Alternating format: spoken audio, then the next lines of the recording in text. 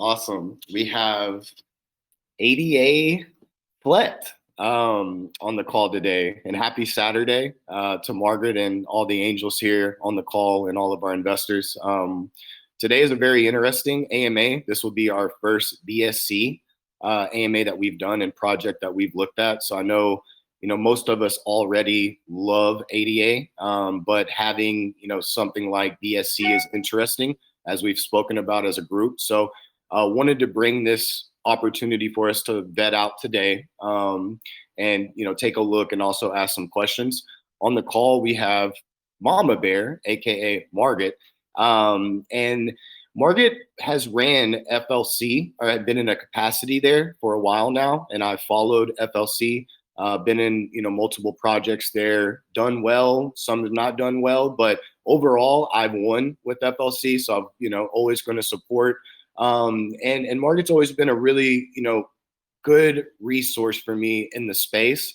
Not necessarily working directly together, but just kind of communicating and looking out for one another, right? So I just want to say thank you, for being a resource for me, Margaret, and welcome to the call. The way I would like to get started is just a quick intro, right, about yourself. Maybe a little bit about your background, what you did prior to DeFi, and then as you came into DeFi, how all that became full circle and led into your own project now. So I would love to hear more about that. And again, welcome to the call and happy Saturday. Oh, thank you so much, Taylor. I really appreciate the warm welcome.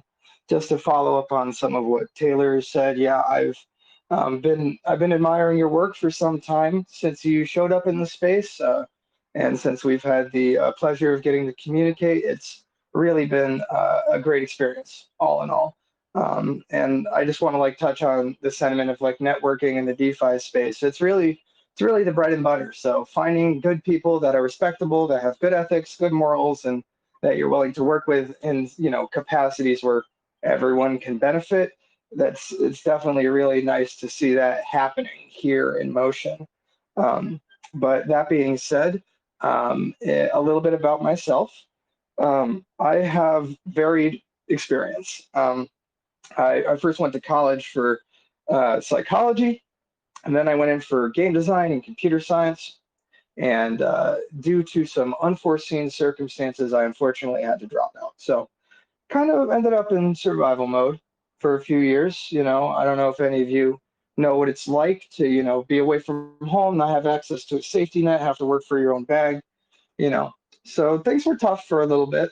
And I kind of found my niche, worked my way into sales, did a lot of door to door, ended up in district management for multiple sales companies, door to door for solar, sidings, lawn care stuff. And I even, I've done some construction work. Really, I like to consider myself a bit of a jack of all trades. But I ran into a lot of difficulties being a position in that, being a person in that situation, because I could come with my resume to a new group or a new company and say, hey, look at all of what I've done, and they wouldn't see someone that's capable of a lot. They'd see someone that's capable of a little in a bunch of different spots. Um, so one of the things I love about the DeFi space, and one of the reasons I've really found success here, is this is one of the only multidisciplinary spaces that 100% reflects and rewards the effort that you put into it from start to finish. Now, everyone can make mistakes, everyone can do things inefficiently, right? But the lessons that I have learned here, while in some cases a little expensive, um, have done so much more for me than anything I learned working out in the real world. Because I can grease people in ties all day, but there's not a single project out there in the real world in the stock market I can walk into, talk to the CEO, talk to all the employees, get an idea for the market sentiment just by talking to the people that engage with the community. But in the DeFi space, it's really given me the opportunity to kind of spread my wings and put in some work. And between you and me, um, all it really took me to get in this position was applying myself in the right place and getting noticed. Um, I did a lot of investing before I actually started doing work in the space, and believe it or not, my combined active experience in this space has really been the culmination of around the last 3 months. So I'm still fresh, but I learned on my feet. And that being said, I'd like to think we've postured ourselves in such a way where we're going to be able to see a lot of success moving forward. And like Taylor said, we've had a lot of projects at FLC. Some have done well, some have not done so well. Though that being said, I'm really excited for kind of a bit of a departure from our standard fare. We've launched projects in the past and given them to communities to take care of, put in community leaders, team leads, and expected them to run with the torch because there were situations where it worked. Case in point with HODL, right? But moving forward, we made a decision to do more in-house projects with full support moving forward. And I can't speak on it too much, but also the development of an ecosystem. ADAFlect will actually be one of the first coins in this ecosystem. So really just the start, but we're looking for a fortuitous one. I hope that all kind of gave you some good answers to your questions. Well, maybe a decent introduction. Yeah, no, that's actually it's really interesting. So I studied psychology as well in school, and yeah, it's probably propelled me, far in life, I would say. And then also to that point, some of the best hires that I've done in my previous ventures have been people from door to door. So just knowing that background and that type of hustle that it really takes to do that, pound the pavement is what they call it. It's very admirable. So yeah, I get it. I've seen people do it, and they've come to work at our firms and just like you said, spread their wings and flew. So it's really cool to hear that. How it's unfortunately you dropped out. Everything happens, but the way that you ended up in DeFi and now have positioned yourself with this opportunity. So congratulations, first off. I mean, you're back on your feet, like you said. You're moving into a new project. So about ADAFlect, what made you choose BSC? Just out of curiosity. So so personally, I usually have a preference towards ETH. That's where I usually do a lot of my money making. But recently there have been some really, really just inaccessible gas prices. We're talking about situations where small retail investors that may only have, let's say, $200 and they want to let it ride on something, they might be in a situation where they buy the top, and because of gas fees, they won't have dollar cost averaging funds, among other things. So I think Ethereum has a lot of value as an infrastructure, and it's got a special place in my heart. But as of right now, considering the state of Ethereum and how active and responsive the Binance Smart Chain is, it was just kind of a no-brainer to move a project over to the Binance side. So instead of someone, having to cash in $50 to $200 to get a transaction through, they can go in with super high gas and high slippage and all that stuff, and only end up spending like $10. So VSC has a lot of value for people that don't have as much access to liquid funds. And I think so many communities kind of get lost in the sauce, so to speak. They start seeing big names coming in, they start seeing whales coming in, and people start to lose perspective, right? More often than not, these projects, are built off the backs of the communities that they foster, right? And if you have, a whole fleet of retail investors that are in decent positions because they were able to get in at a good dip and they didn't get bottlenecked and they didn't get throttled by gas fees, and God forbid, maybe you're able to like turn $2 into 200. There are plenty of examples of that taking place, and honestly, one of the only places where it's going to happen reliably is on BSC, just because of the gas fees. It's just so cheap. It totally makes sense. I mean, I know that our group specifically can speak to, launches and just things that we've been in on, and the gas fees are astronomical. And then, getting in is just even more, trying to get on the first candle. So you really have to pay extra. And it's becoming a nightmare with the NFTs coming in, right? It seems like it won't go down.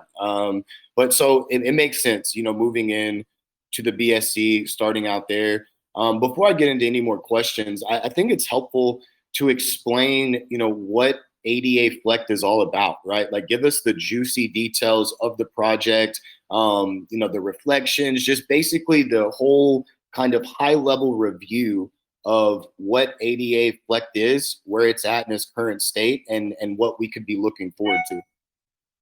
All right, fantastic. So to give you guys a really quick breakdown of what we're trying to achieve with ADAFlect, um, all of us at FLC are pretty bullish on Cardano. And I know most people with a head on their shoulders are also bullish on Cardano. And we were under the impression that creating an auto reflection token that provides some liquid that won't affect the total LP. So we're talking about, oh, you can get in early, get a decent amount of reflections, and use your reflections to DCA, et cetera, et cetera, et cetera. So because of that, we settled on some pretty standard tokenomics, which are listed on our website. If you don't mind, Taylor, it would be really great if you could post that in the chat. But if you take a look on our website, adaflect.com, it does need to be updated to reflect our postponing the launch. But we have a full breakdown of our tokenomics right there. So 9% of every transaction is going to be converted to Cardano, and that Cardano will be reflected to our holders. Now, as designed, that distribution should take place about every 60 minutes. Now, if there's nothing in the pot to distribute, obviously it won't be every 60 minutes. So that is contingent on volume to an extent. But that being said, we have ambitious marketing funds to help drive that volume and to make sure that 9% ADA reflection really feels significant. There's also going to be a 1% auto liquidity buyback, just so as transactions continue to take place, we're going to start to see like a rising liquidity floor. And there's also 5% to marketing and development. So, that's going right to us guys. It's going to help compensate for initial liquidity costs, as well as supporting the project throughout its existence. In terms of things we have down the line, unfortunately, I need to kind of keep it a little tight-lipped, but I do have some breadcrumbs. Um, that being said, this was a project that was developed with safety in mind, right? Because we've been in a lot of situations where people have thrown a lot of stones, right? A lot of he said, she said. So we're going to cut out the middleman and make this unbiased, right? So that's why we went ahead with the internal security audit from Paladin. Um, so what we're going to do is we're going to get that external security audit in addition to our internal security audit. And we're going to be leaving the contract unrenounced. So we will be able to turn on and turn off certain features depending on their functionality. So God forbid anything malfunctions, we can, go in, make repairs. That being said, one of the major milestones we have in mind for this project is allowing users to stake their ADAFlect with 0% deposit fees or their ADA directly with a small performance fee. So yield farming has been big in the past. It looks like it's starting to get a little bigger again. So we're going to be throwing our hat in the ring. We do need to develop the infrastructure for that, and that will be on our roadmap and white paper when both of those are available. But yeah, essentially, those that have been collecting ADA reflections that are in a good position that are waiting for our staking platform, information on that will be provided as it's being developed. And I try my best to keep things as transparent as possible. So if you guys have any questions regarding that stuff as it's coming down the line, I will make sure I'm available in the ADAFlect Telegram room. And if I'm not available, someone on my team will be available. Um, but that being said, we're also going to be providing some NFTs for the project, and these NFTs will be available on OpenSea and Rarible, and you can trade them, you can give them away as prizes, and to those with discerning eyes, you may notice a common theme, and I'll just consider that a breadcrumb. But that being said, yeah, it's going to be a long-term project. We're moving towards more utility-based projects like this one at FLC. Oh, really cool. So, I mean, on this one, and just kind of transitioning into my questions, it seems like, this one you're fully committed to. As in the past, I've understood FLC to, create the projects, renounce it. So to me, it seems like you're moving into this project to apply 100% of your time, not renouncing, so you can watch this through, just in case there is anything mistake-wise that would happen. So it sounds to me like it's full hands on deck by you, correct? Oh, And your team. absolutely. It's funny because, like you said, we've had situations in the past where we've gone hands off for one reason or another, be it because we gave people the clear expectation that that was going to happen, or because a community handover period was completed. For a while, our focus was on community-driven projects, and like I said, we saw successes, and they're not going to come every single time you launch a project. But what I will say is, uh, I I got in a position personally where I started getting a little like, okay, I'm pretty much working for other people's bags, because I'm just going to put this on the record, seeing as it's being recorded, and I've said this for ages, but us at FLC, we're not allowed to own our own project tokens, because we get paid off portions of the Dove Shave. And we would consider that kind of to be double dipping. So we have a very, very strict policy on that, which is why my wallet is pretty public. Um, but that being said, this will be one of these situations where I'm not only going to be encouraged to work well for a project, I'm going to be, really encouraged to put my all into it versus being asked to be like, hey, don't set an impossible precedent. Because that's what I've done in the past. Let's be realistic. I've helped to launch these projects and help get people informed to the best of my ability.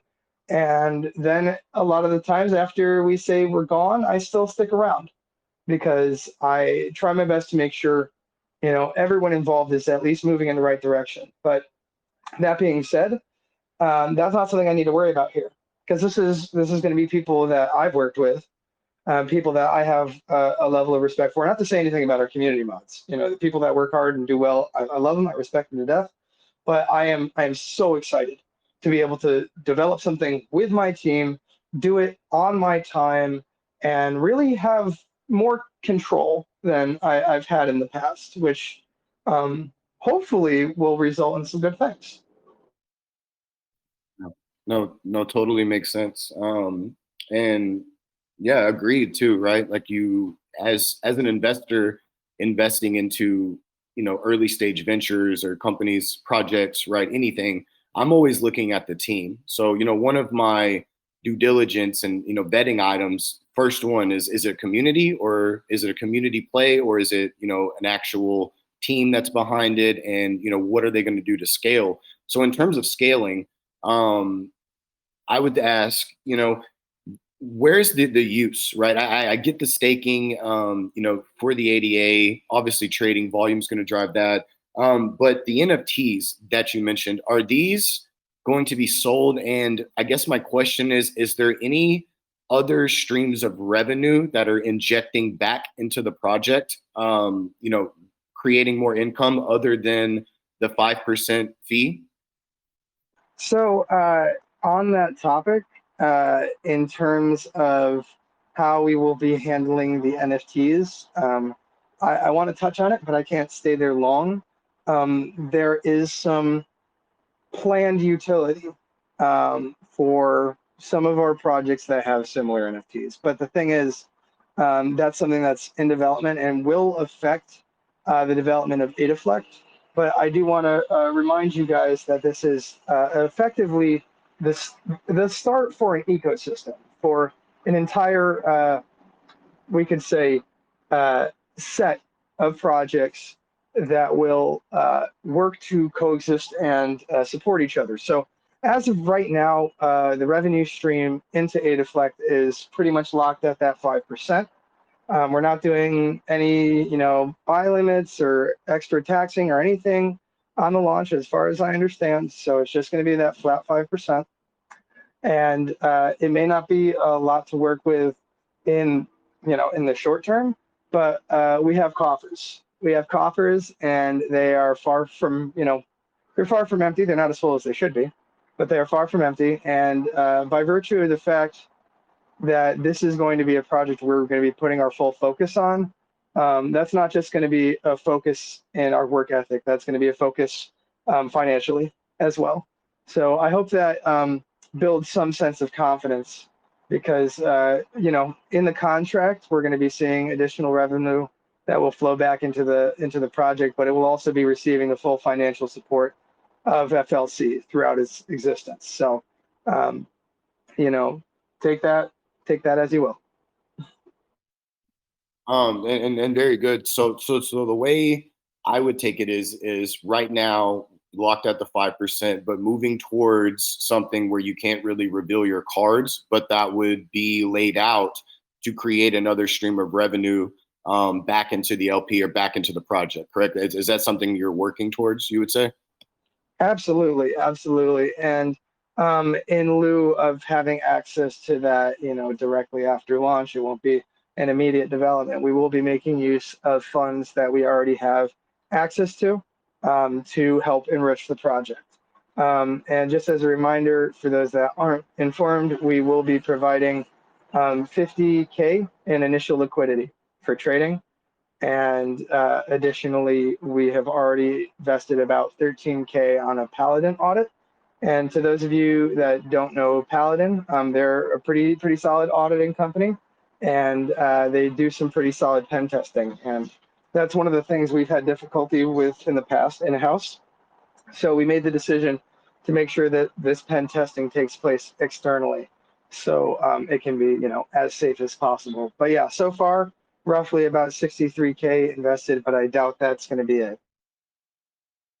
And you actually answered my next question was, that's one of the things I love to learn about, entrepreneurs or early projects, like how much skin in the game do you have? So right now I was doing the math, 63,000 roughly, and probably will be more as you start scaling. So while we're on the topic of scaling, right? Moving forward with volume, because that's going to increase that 5% that's going towards that marketing bucket. So as we move into scaling, marketing is obviously a big key. What can you tell us about your plans for marketing or things that you may have lined up? Would be very helpful for me to understand, the next steps after the launch. What's the next action item to really scale the project so it can become all these things that we've talked about with the staking, the NFTs. So just enlighten me a little bit more on the marketing that will be coming and kind of what you can reveal on the plans of that.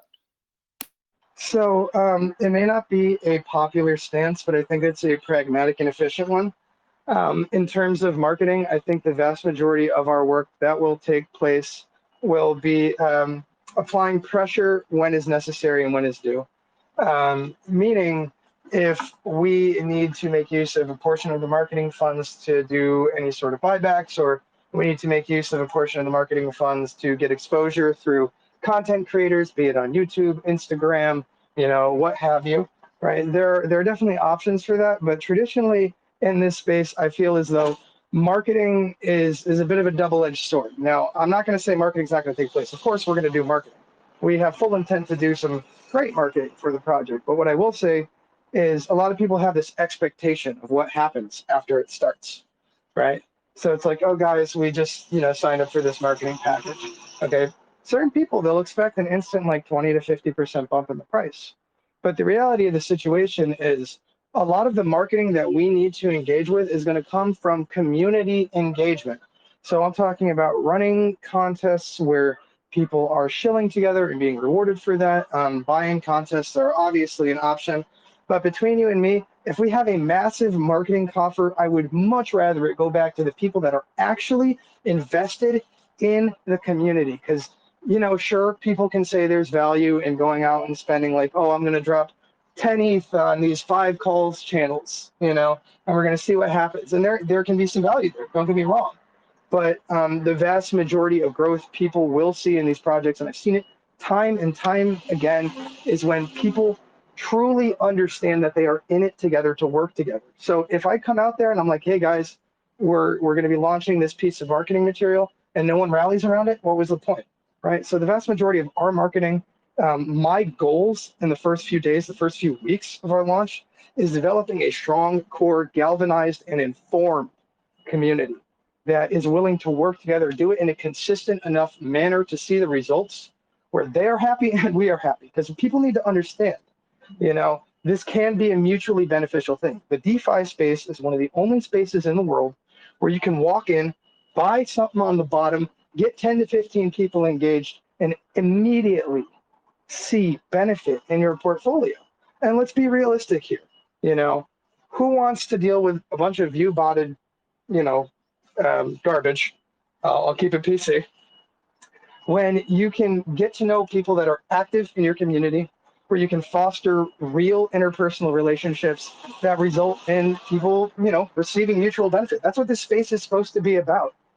So I'm sorry if it was a little tangential, but that's kind of the long and short. We do have intended marketing plans. We're going to be making use of funds to reinforce the growth of the community, be that through internal or external means. But my focus when I hear marketing is making sure that there are people there to make use of it.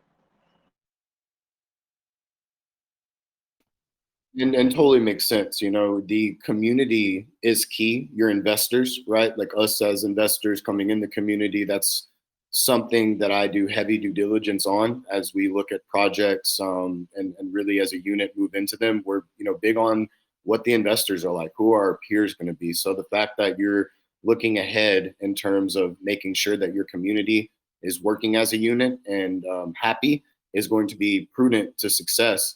To kind of draw back on the marketing, it also sounds like you're being more diligent, I would say, with the funds and also staying non-capital intensive, right? Which is smart. I appreciate that.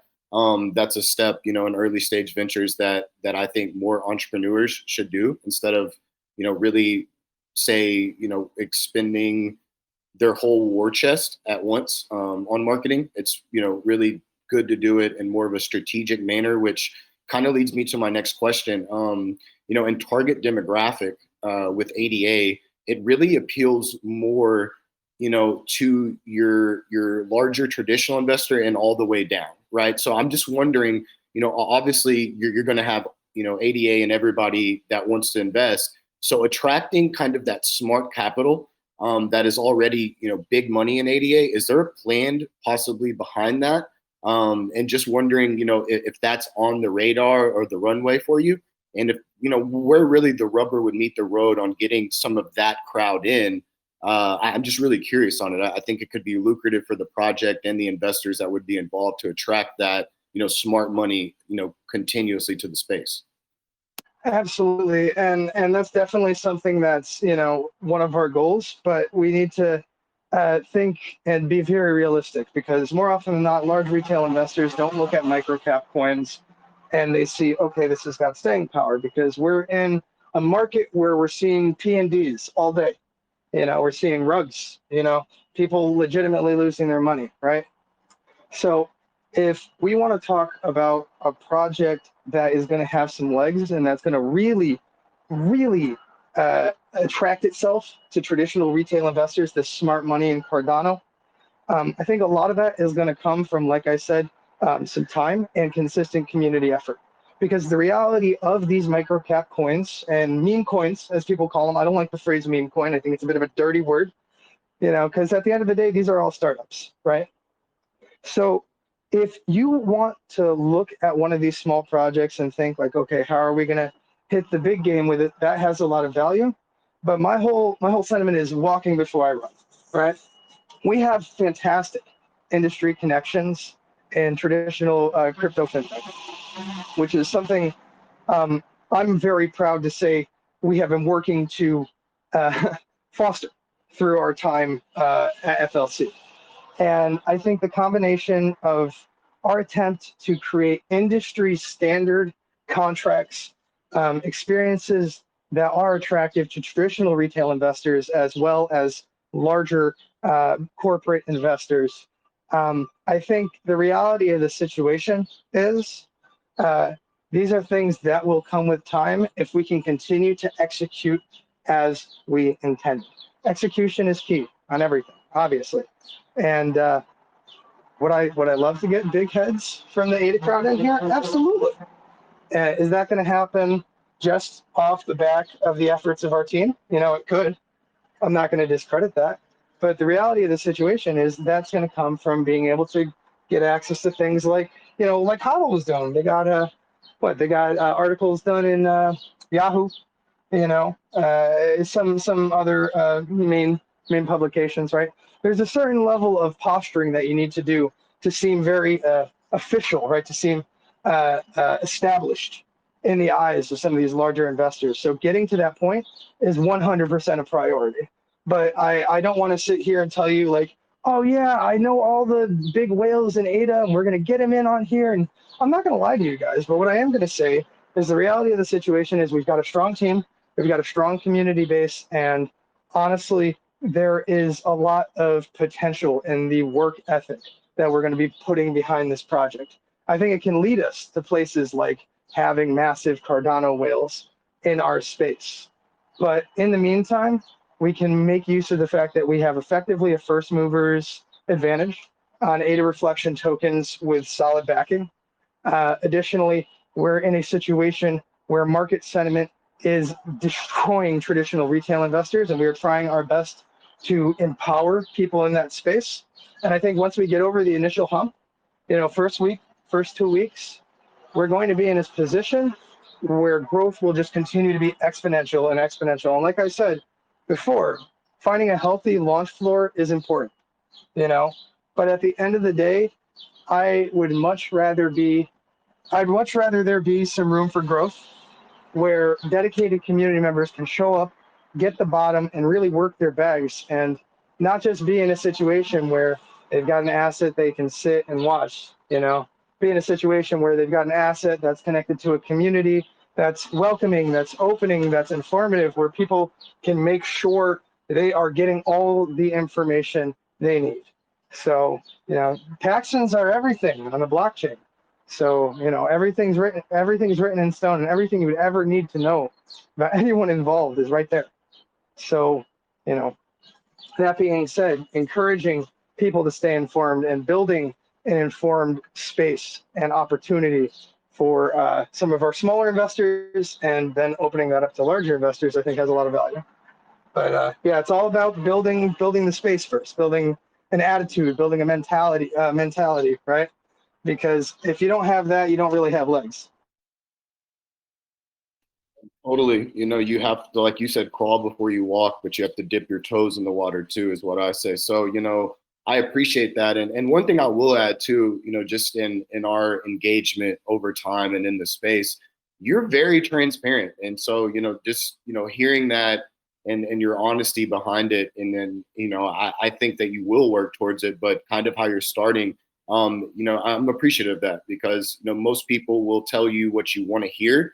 I'm more of a guy that likes to hear the truth directly, and then I make my decisions based around that and what we can do. But no, that's a solid answer to my question, and I totally get it.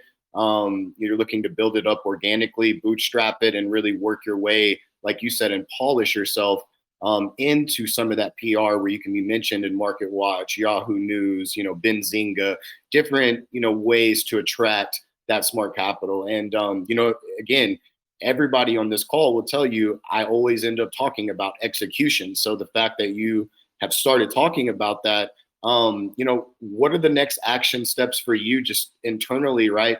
To execute? Would that be this audit that has now caused the launch to be delayed? If we can just tie those two things together on the execution and where we're at with the audit and kind of timeline. I know we don't have a crystal ball, but just for the investors to shed some light that are looking at the project, where we're at now, and also the execution steps. Does that make sense? Oh, absolutely. And just for everyone that's here with us now or listening to the recording, the most up-to-date information you're going to find about our project is going to come from the Telegram at Fair Launch Calls. All right. So just as a blanket statement, one of the things I always tell people when they're in our space, if you're going to, jump into one of our coins, feel free to, jump on the Fair Launch Calls Telegram, do your due diligence, get informed, right?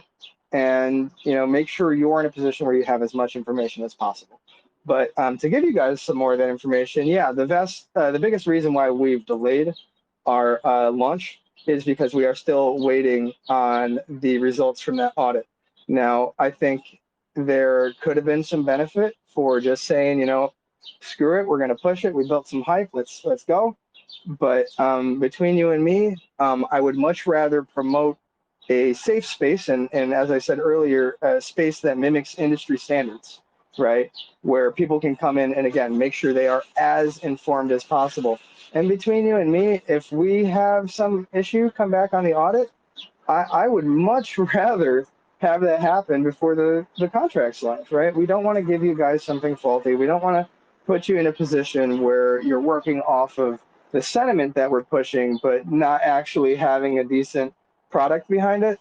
So really, and I'll say it before and I'll say it again, our intent with this launch is the safety, security, and longevity of this ecosystem and this coin in particular in the ecosystem.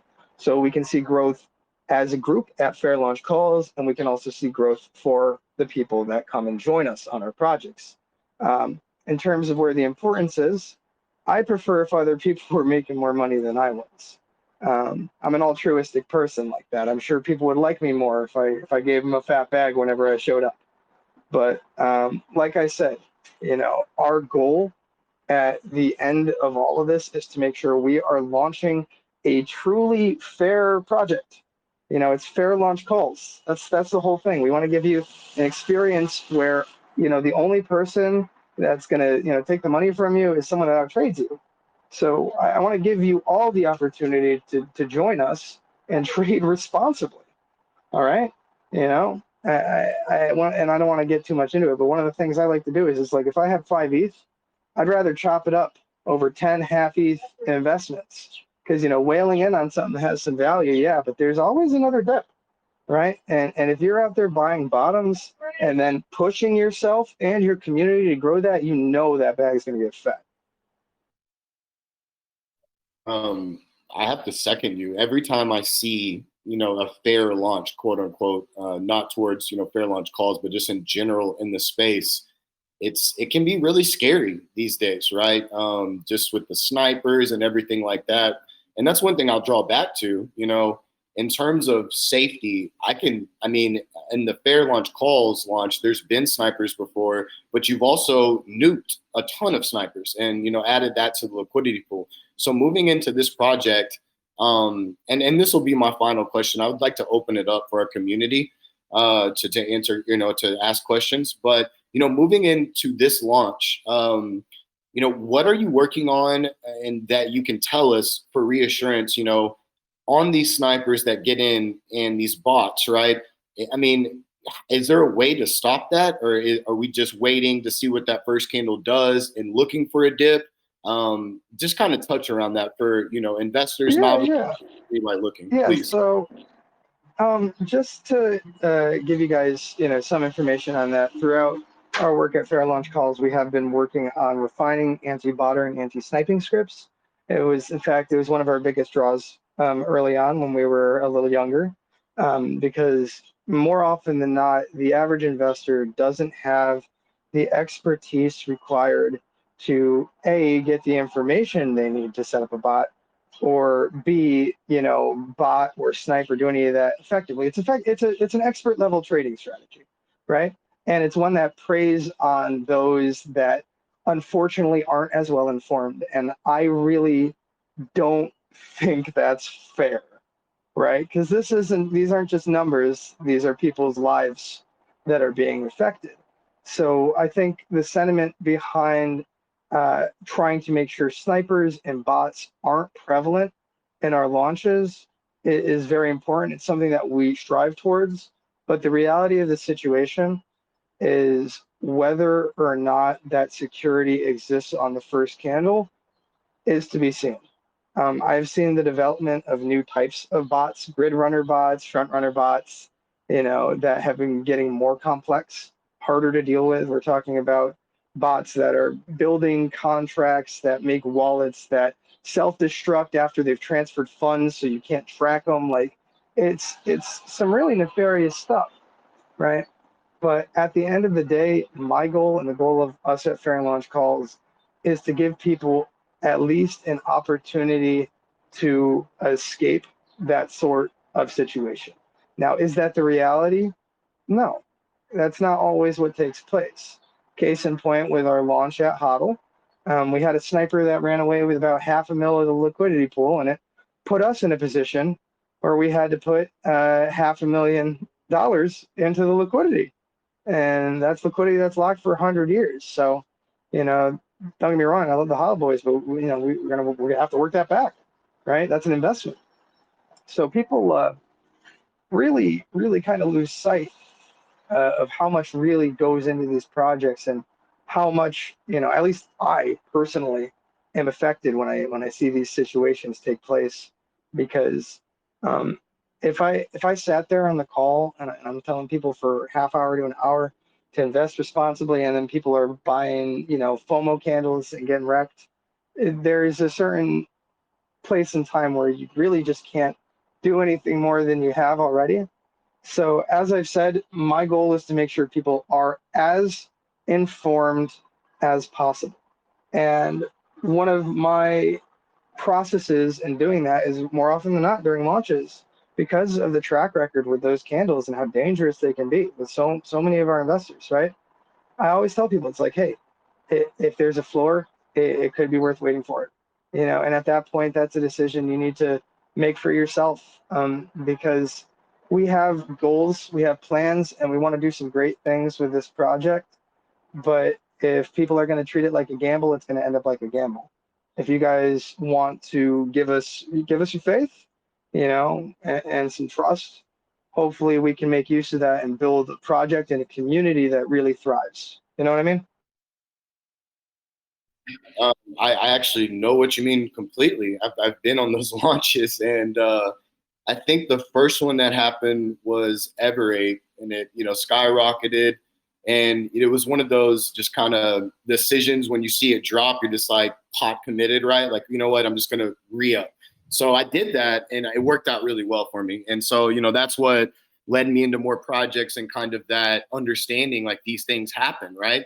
And everything's growing each day. Technology, people get smarter, the industry's evolving. So it's going to be a forever lasting, I think, chase that people will have to deal with, and just it's unfortunate.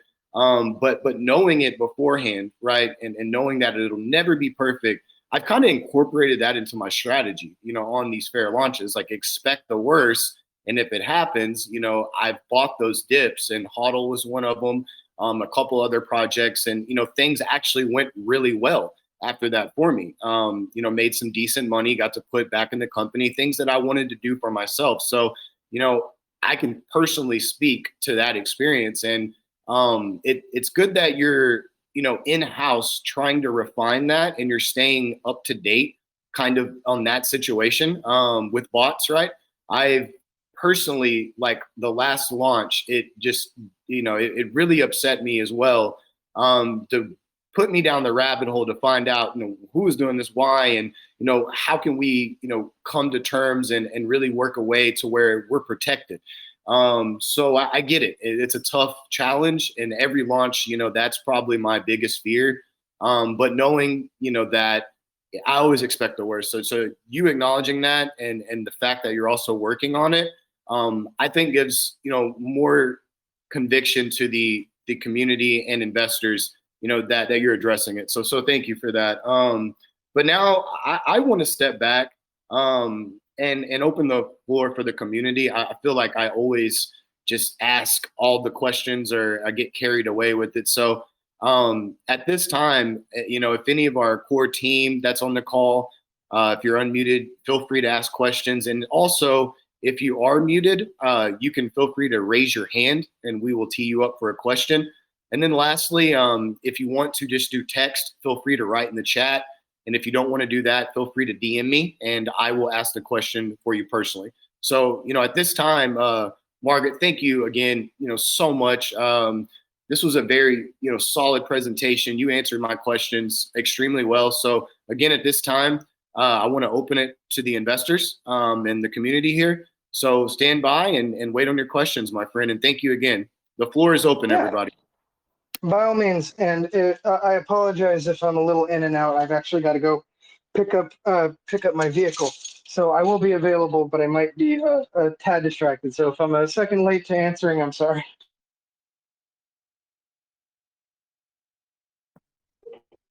Hey, I think you answered most of the questions, and Taylor always has like really, really good questions, so it makes it hard for me to come up with anything. But I did want to ask about the something on the site. I don't know if it really matters, but for your how to buy, the wallets that you guys put there were MetaMask or Trust Wallet. That doesn't eliminate Coinbase wallet, does it? Now, Coinbase Wallet, I don't believe supports BSC or Binance Coin. So that's really the biggest issue there. If you have interest in making use of a new wallet and you're not, and you're using Coinbase, I definitely recommend MetaMask, mostly because it tends to be a little more user-friendly in my experience than Trust Wallet. And if you need assistance getting a wallet that can receive BNB set up, I'll do my best to provide some resources after the call so anyone that has similar questions can run through some tutorials and know how to get access to those funds on the Binance side so you can engage with our launch. Perfect. Yeah, if you could definitely pass that on to us, that would be great. And then I think, oh, I had a question about the NFTs too. So are those available at this time, or that's something that you guys are going to be providing over time? Yeah, so the NFTs will be providing throughout the next few weeks. So there should be, I can't really get into it too much, but there's definitely going to be more than one kind of NFT. And they will all effectively result in different types of functionality for their intended utility. So should be interesting along those lines. But yeah, the NFTs and information around them will be provided after our launch. Quick question. The reason behind the delay is because of the auditing. Was there something that the auditing firm found that you guys had to correct, or was this just something just for safe keeps, just to make sure, so to say, your T's are crossed and your I's are dotted? Yeah, pretty much just to make sure everything's safe. We haven't received any information that there's anything undue in the contract, but the audit isn't complete yet. So until the audit's 100% complete and available for public consumption, I would prefer to postpone the launch.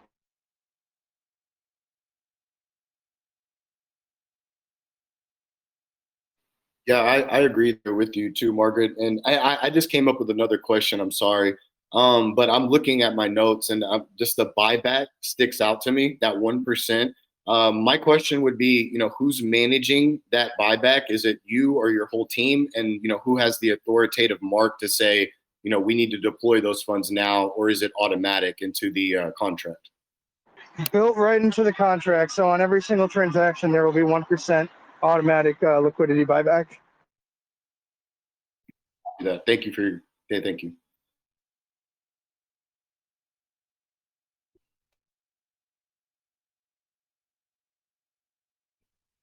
Hi, Il. I muted you, so if you want to ask your question now, you're unmuted. Yeah. Is there going to be like a max buy for the first couple minutes, or is it wide open?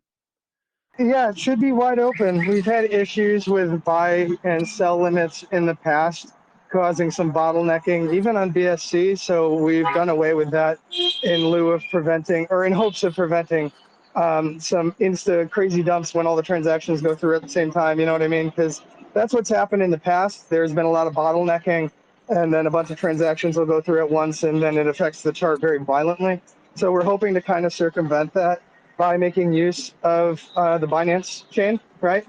And at least being in a space where things like bottlenecking will be less prevalent. Gotcha. Thank you. Yeah, there's also a question in chat. Can't really much understand it, so if you can read that question and see if you can clarify that for us as well. Yeah, I'll ask it.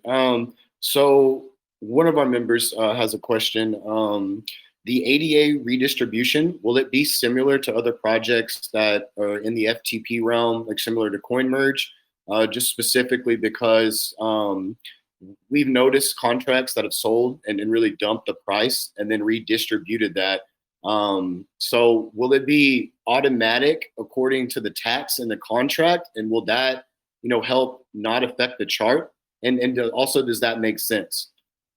Yeah, so as far as I understand, the way our contract will function is on every single transaction, and this is another reason we use the BSC chain, because we're not going to get screwed on gas fees. Every single transaction, there's a conversion that takes place for BNB to Cardano, I believe. This Cardano is then distributed into a pool that is then, ideally distributed every 60 minutes. So the distribution of Cardano, the purchasing and selling of Cardano shouldn't directly affect the price outside of what it does in its initial slippage when you're making the purchase or making the sale. That conversion that takes place should be on every single transaction.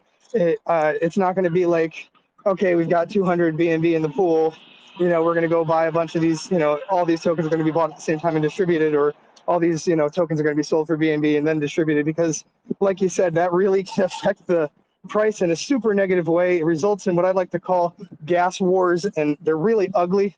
So in lieu of engaging with anything like that, as far as I understand, working as intended, the project should convert ADA on every single transaction. There will be no bulk distributions that affect the price.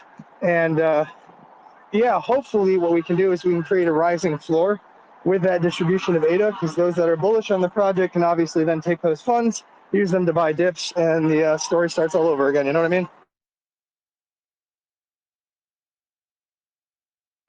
And thank you for touching base on that for one of our members in the group. Thank you, Margaret. If anybody is on mute, feel free to raise your hand if you have a question. Also, if you're not on mute, you can feel free to speak. And anybody that has any more questions, feel free to type them in the chat, and I will ask them for you. And I'll actually be just a half a minute because I'm walking into the auto shop. I got to pick up my car. These kind gentlemen have been so patient with me. I think we're good, Taylor. Okay, great. Margaret, if you're still there, if the community's good, normally we part ways, after the call. But first, I just want to say thank you to you for coming on and answering the questions, presenting the project. I think that you did a really good job of highlighting at a high level of what ADAFlect represents, the team that's behind it. I think also you did a wonderful job on answering the questions and being authentic in terms of transparency. That's something that I really look for in the DeFi space because it's such a rarity. So having that and being transparent is what we look for. So I just want to say thank you for that again. And at this time, if nobody has questions, we can part ways for now, and we will go over this as a community. And then we will vote and potentially support the project if everything's in favor. So again, thank you, Margaret, and the ADAFlect team, and also FLC for getting on the call and doing the AMA. This has been wonderful. We will also share the recording with you, and you're welcome to share that with your community to view, as well as other investors. But again, thanks, Margaret, AKA Mama Bear. You're always a pleasure. I love to hear you talk, and I'm very excited for you to be involved in now what is your own project that you will be 100% in. So congratulations, my friend, and thank you for coming on today. No, thank you, Taylor. It's been an absolute pleasure. Feel free to at me once you guys are done making your decision one way or another. I'm always down to hang out and chat. And yeah, we'll touch base soon. Good. And if anybody is going to hang out in chat, I'm telling you right now, it's going to be Margaret, aka Mama Bear. He's the king of the chat. So I'm always lurking. I'm always lurking, man. I know, I got you. Okay, everybody. Well, All that right, see you guys. concludes. Yeah, absolutely. That concludes everything. Kay, this has been a wonderful AMA. Thank you, everybody. We can go ahead and kill the recording now so we can